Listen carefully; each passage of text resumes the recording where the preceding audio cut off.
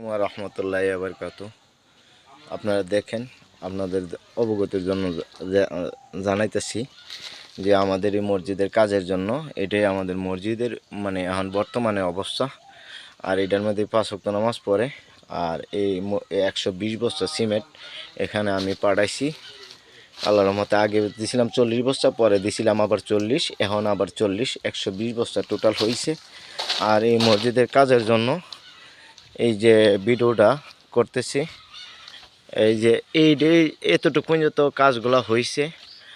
আর এখানের মধ্যে আপনারা দেশবাসী এবং প্রবাসে যারা আছেন, যারা টাকা পয়সা দিচ্ছেন, এ পর্যন্ত 120 বস্তা সিমেন্ট আইছে। আমি এ পর্যন্ত 120 বস্তা মানে মসজিদের মধ্যে পাঠাইছি।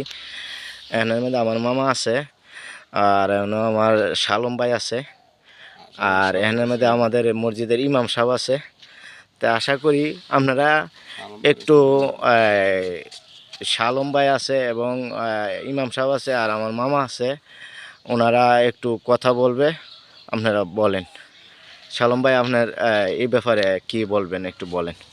আমরা আর কি বলবো, আমরা তো 10 জনের সহযোগিতা ছাড়া কি আর মসজিদ করা যায়? এটা তো এককভাবে করা যায় না, কোনো কামই এককভাবে হয় না। মসজিদ মাদ্রাসা কোনোটাই এককভাবে হয় না, 10 জনের হাত ছাড়া কোনো কিছু হয় না। তো আমরা 10 জনের অপেক্ষা আছি, 10 জনের যদি আমরা সাহায্য করে আশা করি আমরা মসজিদটা হয়ে যাবো। প্রবাসী ভাইয়ারা আছে, হ্যাঁরাও যদি আমরা সহযোগিতা করে, এলাকার মানুষও যদি সহযোগিতা করে, তাহলে আশা করি ইনশাল্লাহ আল্লাহর ঘর মসজিদ হয়ে যাবে ইনশাল্লাহ।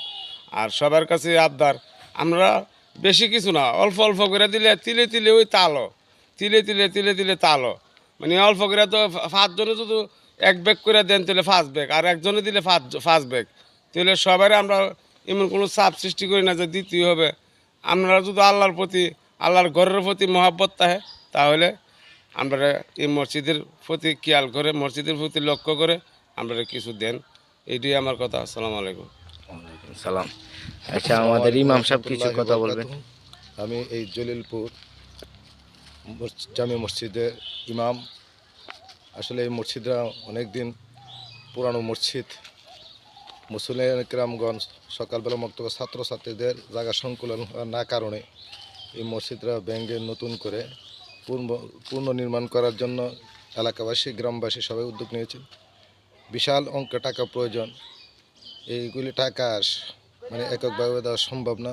তাই 10 জনের কাছে সবিনয় অনুরোধ, দেশ এবং বিদেশে যারা আছেন সকলের কাছে সবিনয় অনুরোধ, আপনারা আপনাদের যার যার সামর্থ্য অনুযায়ী মুক্ত হস্তে আল্লাহ তাআলার ঘরে দান খয়রাতগুলি করবেন। এই দানগুলি আজীবন থাকবে এবং অনেকে আত্মীয় স্বজন, মা বাপ কবরবাসী আছে, তাদের কথা স্মরণ করে আপনাদের কাছে সবিনয় অনুরোধ, আপনাদের যার যার তৌফিক অনুসারে আপনারা আল্লাহ তাআলার ঘরে মসজিদে আপনাদের মুক্ত হস্তে দানগুলি করার জন্য সবিনয় অনুরোধ করা হলো।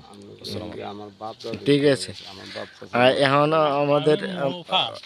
এখন আমার মামা এর মধ্যে আছে, ওতে এখন আমাদের ইমাম সাহেব বললো, আমাদের শাহ আলম ভাইও বললো, এবং আশা করি সবাই চিনেন। আর সবার সহযোগিতাই কামনা করছে আমার বড় ভাই এবং আমাদের সম্মানিত ইমাম সাহেব এবং আমার মামা।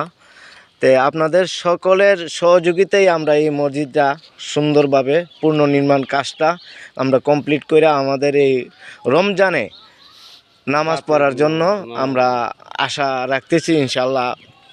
আশা করি আপনারা আমাদের কথার মধ্যে যদি কোনো ভুলভ্রান্তি হয়ে থাকে আপনারা ক্ষমা দৃষ্টিতে দেখবেন এবং আমাদেরকে এই মসজিদে মুক্ত হস্তে দান করবেন। ওকে, আসসালামু আলাইকুম ওয়া রাহমাতুল্লাহি ওয়া বারাকাতুহু।